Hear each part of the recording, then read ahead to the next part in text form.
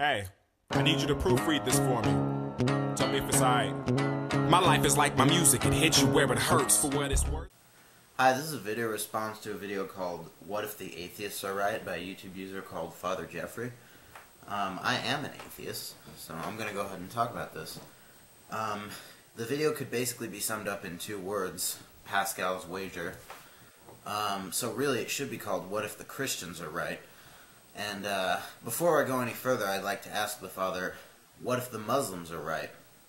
Then we're both screwed, but at least I got to sleep in on Sunday. You see, there are a whole myriad of different possible beliefs that we could hold, and you know, they all have their consequences, and some of them have very scary consequences, but really most of us just ignore any of them, and the idea that we should give any sort of special weight to Christianity or Catholicism, which is really the same thing, is just unfounded and kind of baseless. This Pascal's wager is kind of an insult to people, because it's kind of like a salesman tactic to get you to believe something, because basically it kind of by definition ignores actual evidence either way and just goes with the consequences. So basically, if you can ratchet up the scary consequences of not doing something, you can convince someone of anything using this line of reasoning. For example, here's a thought. What if you don't scratch your nose, in 10 minutes, evil aliens will invade the earth and kill everyone? Well, all you'd have to do is scratch your nose, and in fact, you might as well.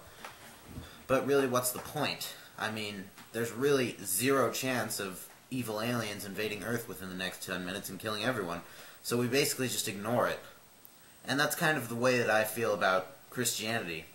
Its claims I find to be totally ridiculous, and so it really doesn't matter what the supposed punishments of not believing them are. Also, it's important to point out that you can't really choose what you believe.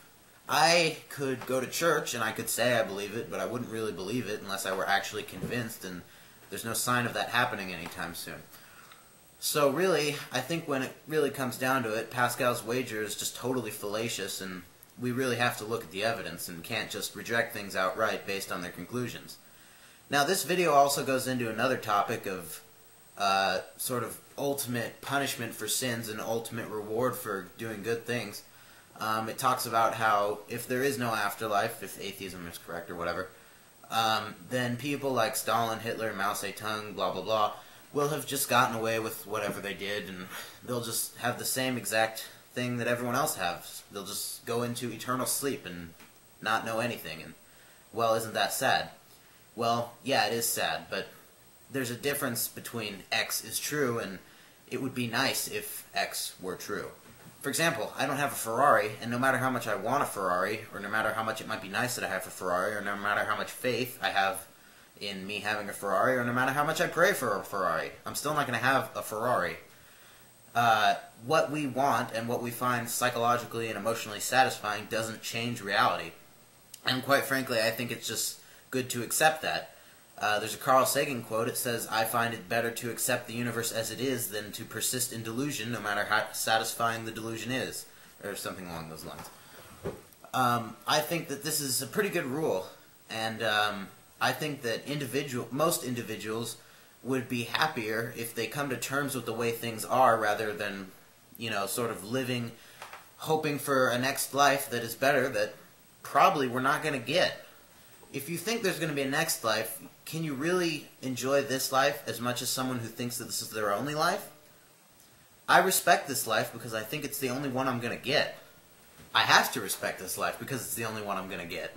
If I don't, then, well, that was an enormous waste of time. But for a Christian who believes that they're going to, you know, spend eternity in heaven, kicking it with Jesus, this life really becomes kind of cheap and pointless. After all, eternity is forever. This life is for 100 years at most.